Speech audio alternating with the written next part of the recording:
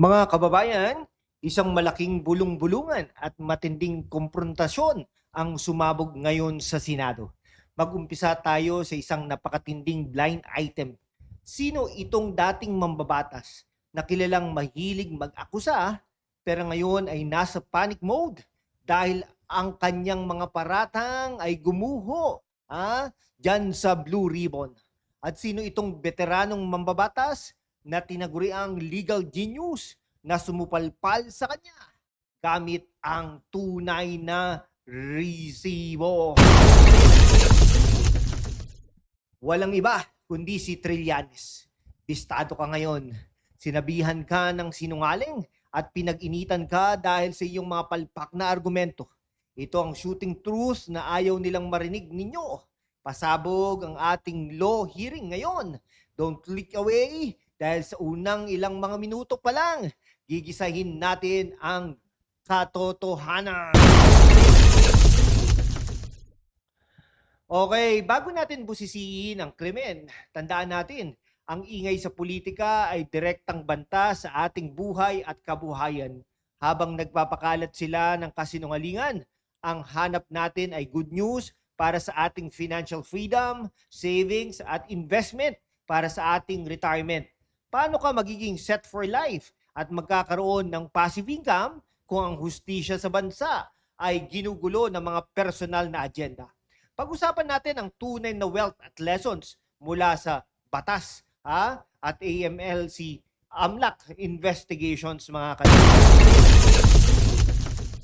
Mga kababayan, sa mundo kung saan ang kasinungalingan ay nangingibabaw, ang katotohanan ng unang sinisikil. Pero kasama kayo, magpapatuloy tayo sa laban, walang takot, walang kinikilingan, at laging handa para sa bayan. Sumali na sa aking YouTube channel membership sa #WalkWithLan at tulungan natin ang channel na maabot ang 100,000 subscribers. Ang inyong suporta, ang susi sa kalayaan natin para ipagpatuloy ang pagbabalita ng katotohanan. Salamat at kita-kits sa laban. Pumasok na tayo sa ating deep explainer. Bakit ba pinag-iinitan, Bakit ba pinag-iinitan at supalpal lagi si Trillanes? Sabi nga ni Attorney Chico, no? Kahit daw barangay captain, hindi niya irerekomenda na tatakbo ito si Trillanes dahil matatalo po siya. Dahil sa kawalan ng strategy, harapin natin ang katotohanan.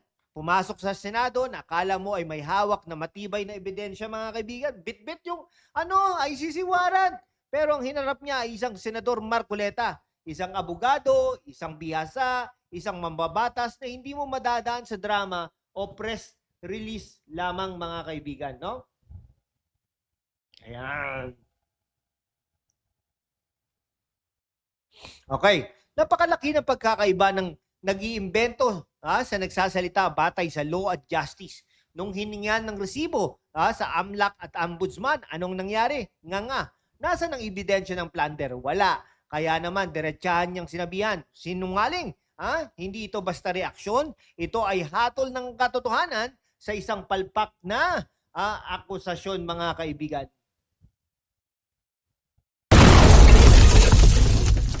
Okay, yan. Yung pinakita po natin, mga litrato po ng mga dating senador, mga senador, no? Na magkakakampi. Nandun pa si Joel Villanueva.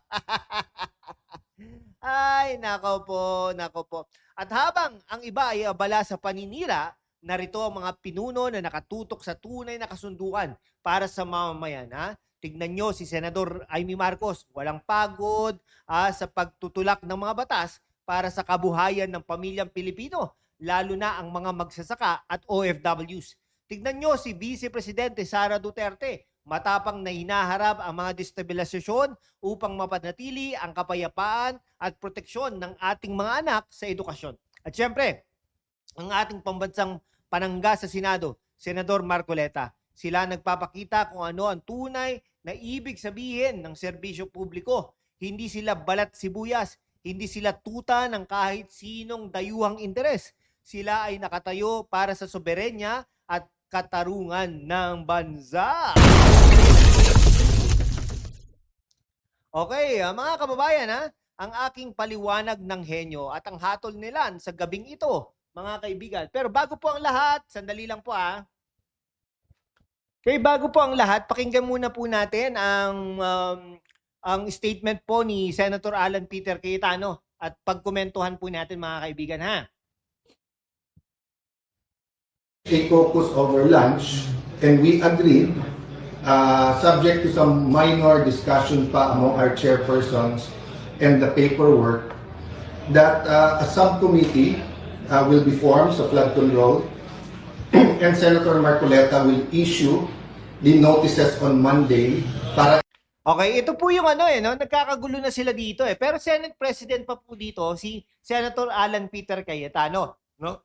Yung inano po nila sa tulong po ni Senator Pia Cayetano bilang Blue Ribbon Chairperson nung dati ay bumuo po ng subcommittee. Ang chairperson po ng subcommittee na yan ay si Senator Marcoleta. Dito lang po pinapakita na ituloy na sa Thursday yung flood control scam hearings. It will be impartial and we want the whole truth and not only some truth or some true, some not true to come out. Kung makikita niyo may conflict na kagad. Sabi ng ombudsman, meron mastermind. Sabi ni Senator Lacson, walang mastermind. Sabi ibig sabihin po, talagang from the very start, ay nagwa-whitewash lang po sila. Ito pinapakita ko po ito sa inyo. Ito ay video pa ni Senator Cayetano nung May 29. Pero pinapakita ko lang po sa inyo na ganito po talaga ang mangyayari. Ibig sabihin, ang liderato po ni Senator Alan Peter Cayetano, Senator Marcoleta, ay talagang para po sa katotohanan, para ilabas po ang baho ng gobyernong ito. Yung sa flood control. Kaya nga negative di ba? Negative ang trust rating dahil po doon. Ngayon, ang problema po dito, yung pumalit na po sila Senator Lacson, Gatchalian, Tito Soto, mga Tulfo, yung mga Subiri na yan, Villanueva, yung mga yan, Jesus Escudero, lahat po ng nasa majority, ang kagustuhan yan ay mag-whitewash na mga kaibigan. ni Senator Lacson, ito yung mga dapat hindi imbitahin. Sabi naman ni Senator Marcoleta, ito dapat imbitahin. So I'm inviting the whole public. Okay. So, ganun po So, ibig sabihin po talaga ay, balik po tayo sa ating pwesto. Ay talagang, ganun po ang mangyayari po. Ngayon, nasa posisyon na po ay ang majority, kuno. Nilalaro, ginagawa po tayong tanga ng mga taong ito. So, mga kababayan, sa aking paliwanag ng henyo at ang hatol nila sa araw na ito, sa gabing ito, ang katotohanan ay parang ginto. Kahit ibaon mo sa putik ng paninira, lilitaw at lilitaw ang ningning nito kapag hinugasan ng tamang proseso ng batas. Huwag tayong magpaloko sa mga lumang trapo na ang tanging puhunan ay ingay.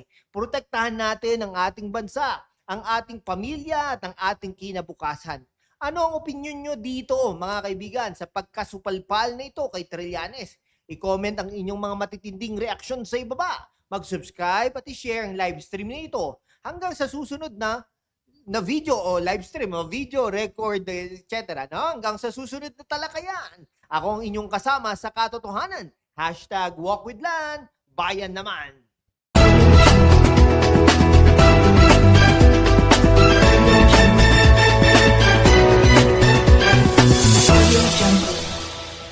Maraming salamat.